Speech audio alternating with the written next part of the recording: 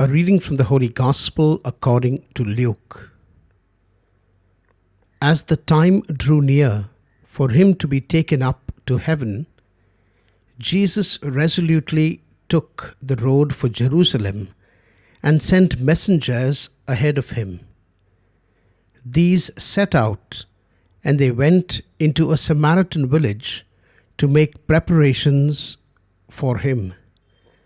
But the people would not receive him, because he was making for Jerusalem.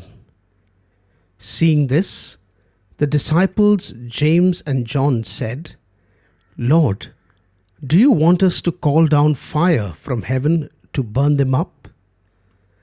But he turned and rebuked them, and they went off to another village. As they travelled along, they met a man on the road who said to him, "I will follow you wherever you go." Jesus answered, "Foxes have holes, and the birds of the air have nests, but the Son of Man has nowhere to lay his head." Another, to whom he said, "Follow me," replied, "Let me go and bury my father first." But he answered, "Leave the dead to bury their dead. Your duty is to go and spread the news of the kingdom of God."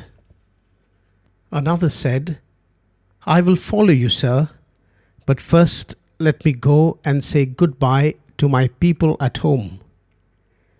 Jesus said to him, "Once the hand is laid on the plough, no one who looks back is fit for the kingdom of God."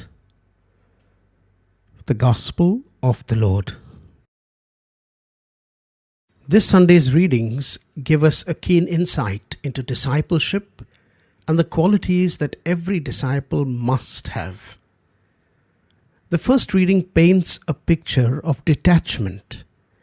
It is pertinent to note that Elisha, when called to follow Elijah, makes a complete break with his current life.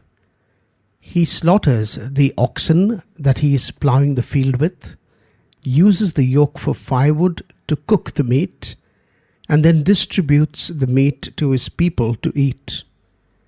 Having broken away from his current occupation, he is ready to embark on a journey of discipleship.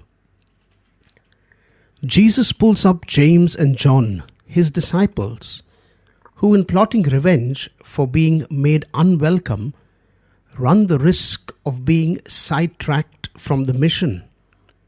In responding to prospective disciples, Jesus points out that a disciple must not expect any comforts, nor have any thoughts about looking back, but rather be focused on the mission at hand.